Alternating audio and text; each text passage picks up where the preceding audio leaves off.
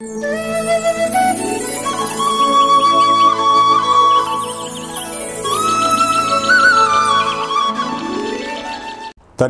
சுவிசேஷம், திருச்சபைக்கு சத்தியம். இந்த ரெண்டு நோக்கங்களோடு மன்னா மழை பெய்து கொண்டிருக்கிறது. மன்னா மழையில் சங்கீத செய்திகள் என்ற தலைப்பில் வரிசையாக 1வது சங்கீதத்திலிருந்து 150வது சங்கீதம் வரை நாம் வேதபாட ரீதியிலே படித்து தியானிக்க இருக்கிறோம். இந்த மன்னா மழை செய்திகளை நீங்கள் மகிமை டிவியிலே நீங்கள் காணலாம். ஒவ்வொரு சனிக்கிழமையும் ஒவ்வொரு ஞாயிற்றுக்கிழமையும் மாலை 5 மணிக்கு இந்த மன்னா மழை உங்களுடைய வீட்டிலே பெய்யும். எனவே நீங்கள் அந்த நேரத்தை ஆண்டவருடைய சமூகத்தில் காத்திருந்து பயன்படுத்தி கொள்ளுமாறு உங்களை கேட்டுக்கொள்கிறோம். உங்களுடைய கேள்விகள், உங்களுடைய கருத்துக்கள், உங்களுடைய ஜெப குறிப்புகள் அனைத்தையும் வர இருக்கக்கூடிய இமெயில் முகவரியிலே, டெலிஃபோன் நம்பர்களிலே நீங்கள் வாட்ஸ்அப்பாக செய்தியாக எங்களிடத்தில் நீங்கள் பகிர்ந்து கொள்ளலாம். இந்த செய்திகளை உங்களுடைய நண்பர்களுக்கு ஷேர் பண்ணுங்கள், பகிர்ந்தளியுங்கள். வாட்ஸ்அப் மூலமாக, ஃபேஸ்புக் மூலமாக பகிர்ந்தளித்து அவர்களுக்கும் நீங்கள் பிரயோஜனம் உள்ளவர்களாக நீங்கள் வாழுங்கள். இந்த செய்திகளை உங்கள் மத்தியிலே கொடுத்து கொண்டிருக்கும் பொழுது உங்கள் கையிலே கட்டாயமாக வேத புத்தகம் இருக்க வேண்டும். மன்னா மழை என்ற சேனல் வந்த உடனேயே உங்கள் வேதாகமத்தை உங்கள் கையிலே வைத்து அந்த செய்திகளை கொடுக்க கொடுக்க வேதத்தில் இருக்கக்கூடிய வசனங்களை நீங்கள் பாருங்கள். ஆண்டவர் உங்களை ஆசீர்வதிப்பாராக. ஆமென். மன்னா மழையில் நனைய மறுபடியும் உங்களை மனமகிழ்வோடு வரவேற்கிறேன். சங்கீத புஸ்தகத்திலிருந்து நாம் தொடர்பாக செய்திகளை படித்து தியானித்து வருகிறோம். இதுவரை நாம் 36 சங்கீதங்களை குறித்து நாம் சிந்தித்திருக்கிறோம். இன்றைய தினத்திலே 37ஆம் சங்கீதம், சற்று நீளமான சங்கீதம். முந்தைய சங்கீதங்களின் செய்திகள் எவற்றையாவது நீங்கள் தவற விட்டிருந்தால் யூடியூபிலே இந்த சங்கீத செய்திகளின் தொகுப்பு உண்டு. அது மட்டுமல்ல, மகிமை tv.com என்ற வெப்சைட்டிலும் இந்த செய்திகள் தொகுப்பாக அங்கே வைக்கப்பட்டிருக்கும். அவற்றை நீங்கள் திரும்ப திரும்ப போட்டு கேட்டு பார்க்கலாம். உங்களுடைய நண்பர்கள், உறவினர்களுக்கும் இந்த செய்திகளை நீங்கள் அறிமுகப்படுத்தி அவர்களுக்கும் நீங்கள் ஆண்டவருடைய ஆசீர்வாதங்களாக வாழலாம். வேத புத்தகத்தை கையில் எடுத்துக்கொள்ளுங்கள். 37ஆம் சங்கீதம், நீளமான சங்கீதம். எல்லா வசனங்களையும் வாசிப்பது குறிப்பிட்ட நேரத்திற்குள்ளே கஷ்டமான ஒரு காரியம். ஆனால் இந்த சங்கீதத்தின் கருத்துக்கள் என்ன என்பதை அவ்வப்போது வசன குறிப்புகளை சொல்லி நான் விளக்குவேன். நீங்கள் தொடர்பாக நன்றாக கவனித்து கொண்டு வருமாறு உங்களை கேட்டுக்கொள்கிறேன். 37ஆம் சங்கீதம் பொல்லாதவர்களுடைய வளர்ச்சி, அவருடைய செழிப்பு, அந்த காரியத்தை சொல்லி அவர்களுக்குரிய முடிவையும் பற்றி சொல்வதாக, அறிவிப்பதாக நாம் பார்க்கிறோம். ஏறக்குறைய 73ஆம் சங்கீதத்தின் கருத்தும் 37ஆம் சங்கீதத்தின் கருத்தும் ஏறக்குறைய ஒருமைப்பட்டவை. 1ஆம் சங்கீதத்தில் நீதிமான்கள் துன்மார்க்கர் என்று வாசிக்கிறோமே, அதே போன்ற கருத்துக்களும் இந்த சங்கீதத்திலே இடம்பெறுகின்றன. இந்த சங்கீதத்தை நாம் வாசிக்கும் பொழுது முதலாவதாக கர்த்தர் செய்யக்கூடிய நன்மை, நாம் செய்ய வேண்டிய நன்மையை குறித்து முதல் சில வசனங்களிலே நாம் பார்க்கிறோம்.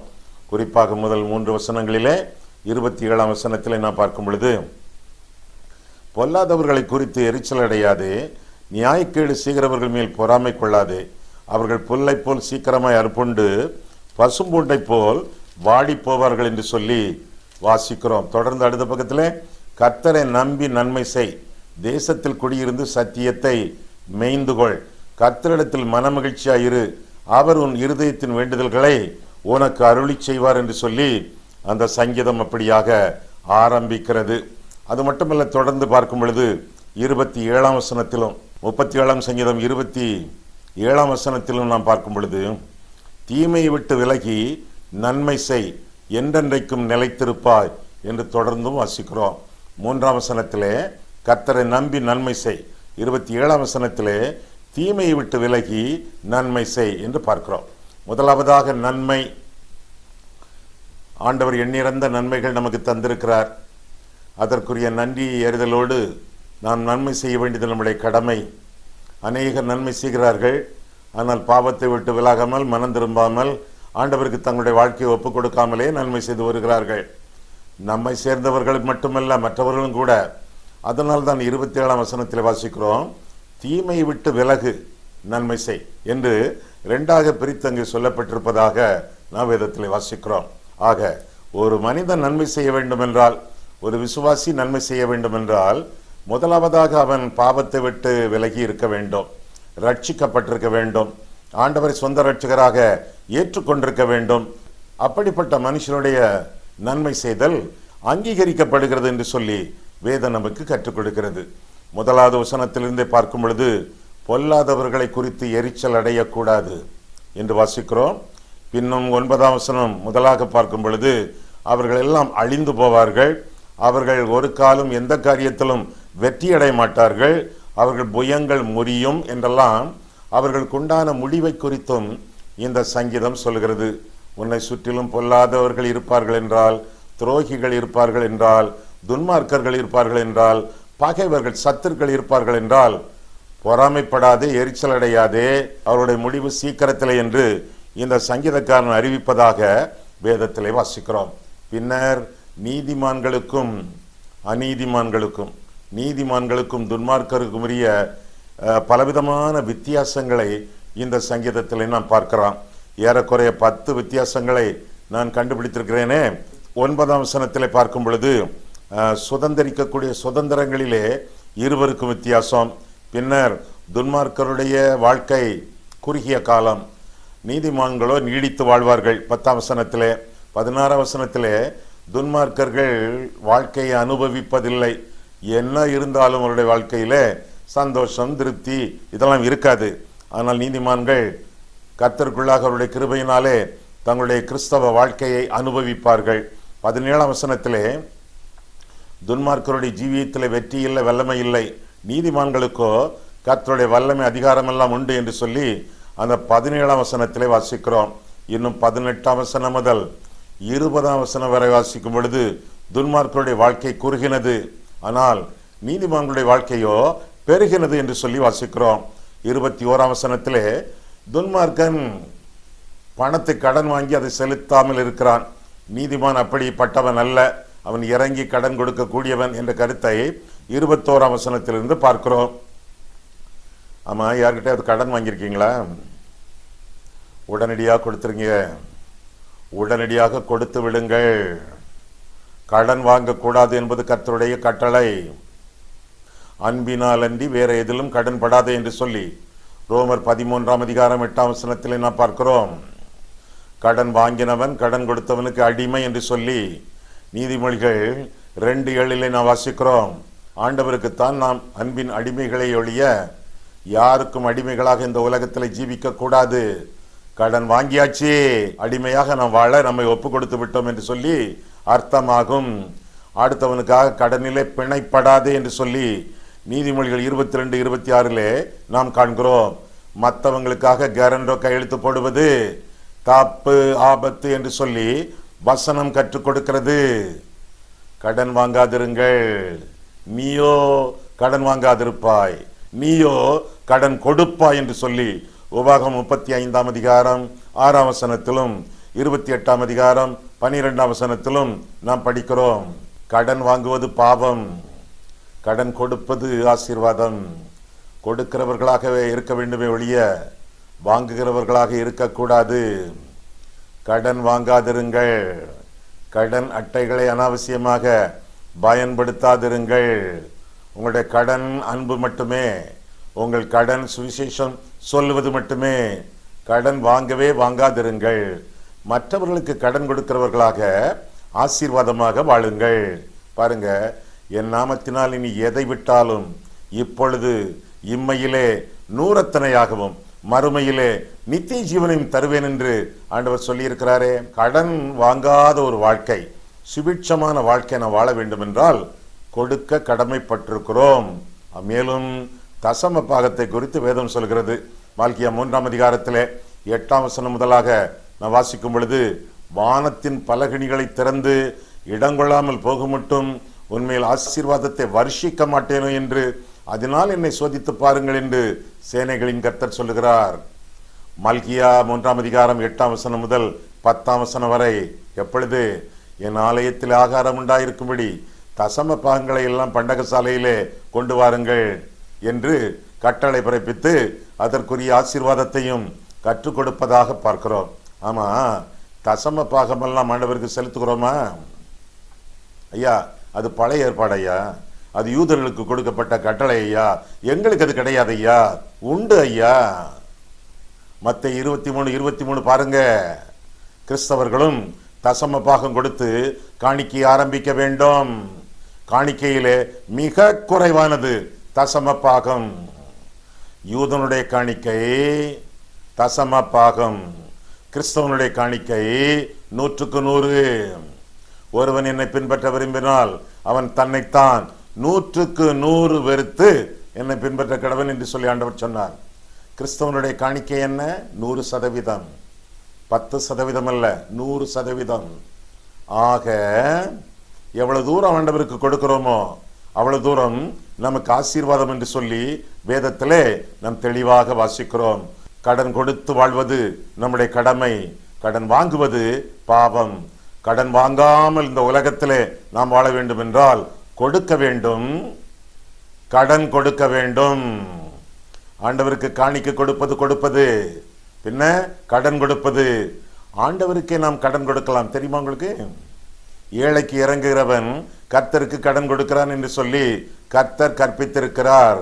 ஆக ஆண்டவருக்கு கொடுப்பதும் ஆண்டவருக்கு கடன் கொடுப்பதும், கடன் வாங்காத அற்புதமான வாழ்க்கையை, ஆசீர்வாதமான வாழ்க்கையை ஆண்டவர் நமக்கு கட்டளை இடுவார் என்பதை அறிந்து கொள்ள வேண்டும். ஆக துன்மார்க்கன் கடன் வாங்கி கொடுப்பதில்லை, நீதிமான் இறங்கி கடன் கொடுக்கிறான். 28ஆம் வசனம், துன்மார்க்கனுடைய சந்ததி அழியும், நீதிமானுடைய சந்ததி ஆசீர்வதிக்கப்படும். 30ஆம் 31ஆம் வசனங்களிலே துன்மார்க்கனுக்கு ஞானம் இல்லை, அறிவு இல்லை, புத்தி இல்லை, நீதிமானுக்கோ ஞானம் உண்டு. 38ஆம் 39ஆம் வசனம், துன்மார்க்கனுக்கும் ரட்சிப்புக்கும் சம்பந்தம் இல்லை, நீதிமானோ விடுதலை பெறுவான், ரட்சிக்கப்படுவான். 37ஆம் வசனம் முதல் 40வது வசனம், துன்மார்க்கனுடைய முடிவு அழிவு, நீதிமானுடைய முடிவு அறிவு. கர்த்தரை அறிந்து அவருக்குள்ளாக நிலைத்திருந்து வாழக்கூடிய ஒரு திருப்தியான ஒரு வாழ்க்கை நீதிமானுக்கு வழங்கப்படும் என்று சொல்லி வேதம் நமக்கு கற்றுக் கொடுக்கிறது. ஆக முதலாவதாக நாம் சிந்தித்தது நன்மை. ஆண்டவர் எப்பொழுதும் நமக்கு நன்மை செய்தவர், தம்முடைய இரத்தத்தையே கொடுத்தவர். அப்படிப்பட்டவருக்கு ரட்சிப்பை பெற்ற நாம் நன்மைகள் செய்து நற்கிரியைகளிலே அந்த ரட்சிப்பின் வாழ்க்கையை காட்ட வேண்டியது நம்முடைய கடமை என்று சொல்லி எபேசியர் 2ஆம் அதிகாரம் 6 முதல் 10 வரை நாம் வாசிக்கிறோம். இரண்டாவதாக நாம் பார்க்க வேண்டிய வார்த்தை நம்பிக்கை. 5ஆம் வசனம் 31ஆம் வசனம். இந்த வசனங்களை பார்க்கும் பொழுது முதலாவதாக 5ஆம் வசனம், உன் வழியை கர்த்தருக்கு ஒப்புவித்து அவர் மேல் நம்பிக்கையாயிரு, அவரே காரியத்தை வாய்க்க பண்ணுவார். 31, அவனுடைய தேவன் அருளிய வேதம் அவன் இருதயத்தில் இருக்கிறது, அவன் நடைகளில் ஒன்றும் பிசகுவதில்லை. 31ஆம் வசனம். இன்னும் நாம் பார்க்கும் பொழுது 21ஆம் வசனத்திலே துன்மார்க்கன் கடன் வாங்கி செலுத்தாமற் போகிறான், நீதிமானோ இறங்கி கடன் கொடுக்கிறான். ஏற்கனவே நாம் பார்த்த வசனங்கள். ஆக இரண்டாவதாக நாம் சிந்திக்க போகிற வசனம் வார்த்தை நம்பிக்கை என்று சொல்லி வேதத்தில் நாம் வாசிக்கிறோம். நம்பிக்கை, அவனுடைய தேவன் அருளிய வேதம் அவன் இருதயத்தில் இருக்கிறது, அதனால் நம்பிக்கை. வேதம் நம்முடைய இருதயத்தில் இருக்கும் பொழுது விசுவாசம் நம்முடைய இருதயத்தில் இருக்கிறது. காரணம், விசுவாசம் கேள்வியினாலே வரும், கேள்வி தேவனுடைய வசனத்தினாலே வரும் என்று சொல்லி ரோமர் 10ஆம் அதிகாரம் 17ஆம் வசனத்திலே நாம் வாசிக்கிறோம். ஆண்டவர் பேரிலே பற்றுறுதி நம்பிக்கை கொண்டு நாம் வாழ வேண்டும். காரணம், கர்த்தர் நம் மூலமாகவும் அநேக நன்மைகளை, அநேக காரியங்களை செய்ய விரும்புகிறார். நமக்காக, நம்மிலே இருந்து, நம் மூலமாக பல காரியங்களை ஆண்டவர் செய்ய விரும்புகிறார். எனவே கர்த்தர் மேல் நம்பிக்கையாக இருந்து அவரிடத்தில் நம்முடைய வாழ்க்கையை கையளித்து, நம்பி கையளித்து நம்பிக்கையோடு வாழ்ந்து ஆண்டவருக்கு மகிமையாக ஜீவிக்க வேண்டியது நம்முடைய கடமை. 3ஆம் வசனம், கர்த்தரிடத்திலே நம்பிக்கை கொள்ள வேண்டும். 5ஆம் வசனம், நம்முடைய வழிகளை ஆண்டவருக்கு ஒப்புக் கொடுக்க வேண்டும். 4ஆம் வசனம், மீண்டும் கர்த்தரிடத்திலே மனமகிழ்ச்சியாக இருக்க வேண்டும்.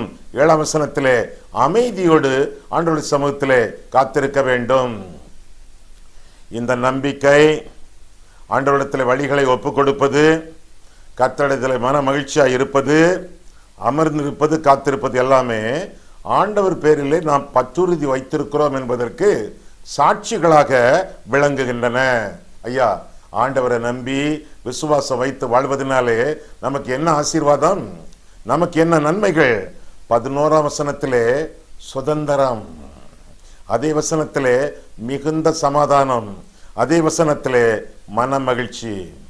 சுதந்திரமும் சமாதானமும் மன மகிழ்ச்சியும் நம்முடைய ஜீவியத்தில் பொங்கி வழிய வேண்டும் என்றால் கர்த்தர் பேரிலே பற்றுறுதி கொண்டு அவரிடத்திலே பற்றுதலாக இருந்து நம்பிக்கையோடு ஜீவிக்க வேண்டியது நம்முடைய கடமை. இன்னும் இந்த வசனங்கள் சொல்லுகின்றன. 8ஆம் வசனம் முதல் 15ஆம் வசனம் வரை பார்க்கும் பொழுது சாந்த குணம் உள்ளவர்கள். ஏன்?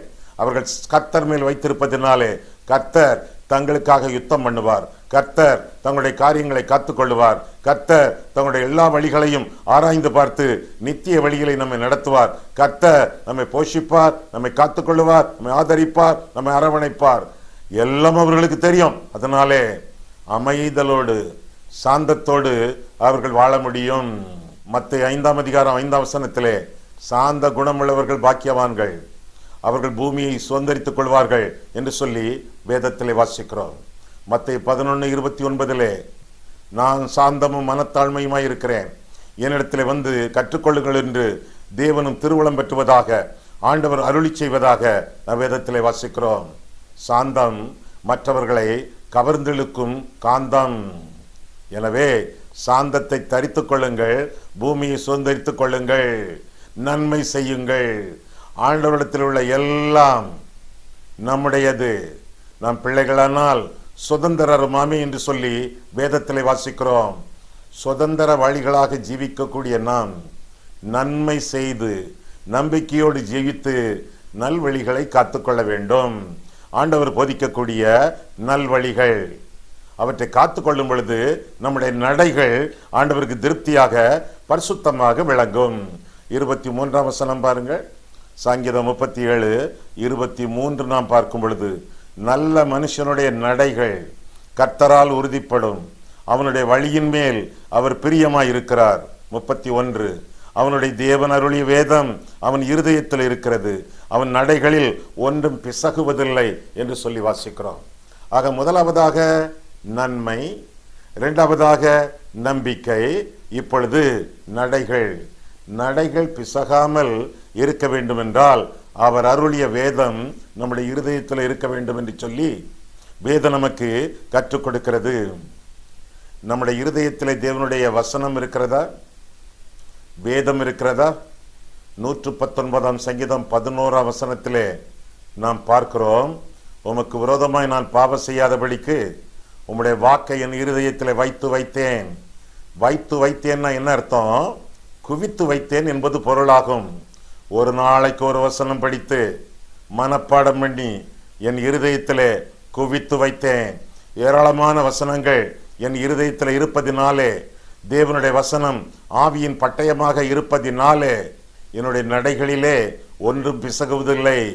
நேர்வழி, நிரந்தரமான வழி, நித்தியமான வழி, நிலைவரமான வழி, இந்த வழியிலே நான் நடப்பேன் என்று சொல்லி சங்கீதக்காரன் நமக்கு விளக்குகிறான். 23ஆம் 24 வசனங்களிலே நம்முடைய நடைகளிலே ஒன்றும் பிசகுவதில்லை. ஆண்டவர் நம்மை நடத்துகிறார். ஆண்டவர் நடத்தக்கூடிய வழிகளிலே விடுதலை உண்டு, விபத்து கிடையாது. அந்த வழிகளிலே மன மகிழ்ச்சி உண்டு. இன்னும் தொடர்ந்து பார்க்கும் பொழுது இந்த வழிகள், இந்த நடைகள் தாவீதின் சாட்சியின் வாழ்க்கையாக இருக்கிறது. நம்முடைய வாழ்க்கையிலே கூட தேவன் விரும்பக்கூடிய சாட்சியின் ஜீவியம் என்னவென்றால், நம்முடைய வழிகளிலே, நம்முடைய நடைகளிலே ஒன்றும் பிசகாமல் எப்பொழுதும் ஆண்டவரையே நோக்கி பார்த்து நடக்க வேண்டியது நம்முடைய கடமை. கர்த்தர் மேல் தன்னுடைய கண்களை வைத்து நடந்து கொண்டிருந்த பொழுது சீமோன் பேதுரு கடலிலே நடந்தான். கர்த்தர் மேல் வைத்திருந்த கண்களை விட்டு கடல் அலையை பார்த்த பொழுது தண்ணீருக்குள்ளே மூழ்கினான். நம்முடைய வாழ்க்கையிலே, பிரச்சனைகளிலே, துன்பங்களிலே, பாவங்களிலே மூழ்காமல் இருக்கத்தக்கதாக ஆண்டவரையே நோக்கி பார்த்து நம்முடைய வழிகளிலே, நம்முடைய நடைகளிலே ஜாக்கிரதையோடு ஜீவிக்க வேண்டியது நம்முடைய கடமை. ஒரு மருத்துவ பரிசோதனைக்கு நம்ம போவோமா? எப்படி இருக்கிறோம் என்று சொல்லி நம்முடைய ஆவிக்குரிய ஜீவியத்தை கொஞ்சம் பரீட்சித்து பார்ப்போமா? ஒரு ஆவிக்குரிய மருத்துவ பரிசோதனை. ஒரு டாக்டர்கிட்ட போறீங்க, அவர்கிட்ட போனால் கொஞ்சம் வாய் தரங்க அப்படின்னு சொல்லுவார். முதல்ல என்ன? வாய். ரெண்டாவது என்ன சொல்வார்?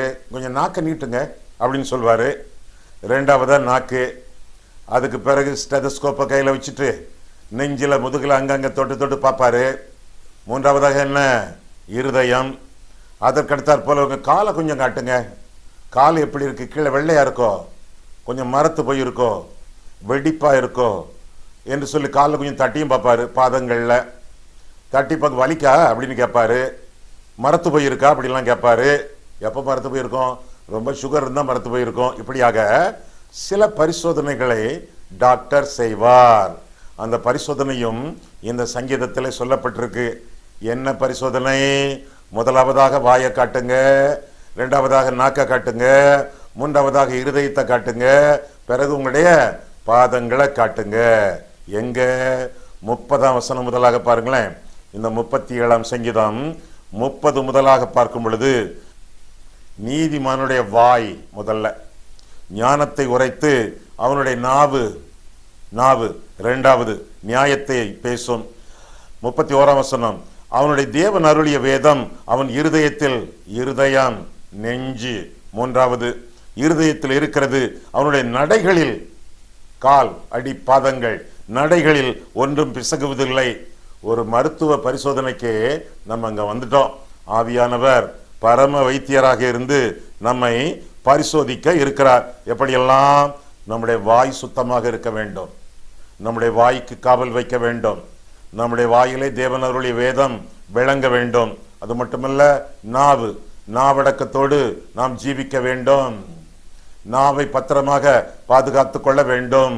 பொய், கபடு, வஞ்சகம், விரோதம், பழிவாங்குதல், கோள், புரளி ஒன்றும் நம் நாவில இருத்தலாகாது.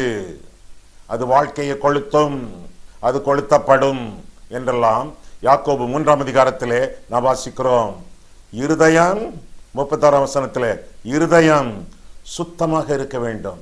சுத்த இருதயமுள்ள இஸ்ரவேலருக்கு தேவன் நல்லவராகவே இருக்கிறார் என்று சொல்லி வேதத்திலே வாசிக்கிறோம்.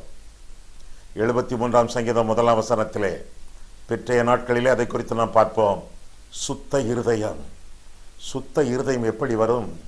ஐயா, என்னுடைய இருதயம் தெருக்குள்ளது, மகா கேடுள்ளது, சகல பொல்லாப்பும் சகல தீங்கும் என் இருதயத்திலிருந்து புறப்பட்டு வருகிறது.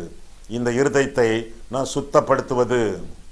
பரிசுத்தப்படுத்துவது எப்படி என்று கேட்டால், 1 யோவான் 1ஆம் அதிகாரம் 7ஆம் வசனத்தில் வாசிக்கிறோம். இயேசு கிறிஸ்துவின் ரத்தம் சகல பாவங்களை நீக்கி நம்மை சுத்திகரிக்கும்.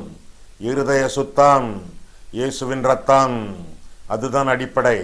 எபிரேயர் 9ஆம் அதிகாரம் 14ஆம் வசனத்திலே, நித்திய ஆவியினாலே தம்மை பழுதற்ற பலியாக ஒப்புவித்த கிறிஸ்துவின் ரத்தம் செத்த மனசாட்சிகளின் கிரியையற நம்மை சுத்திகரிப்பது எத்தனை நிச்சயம்.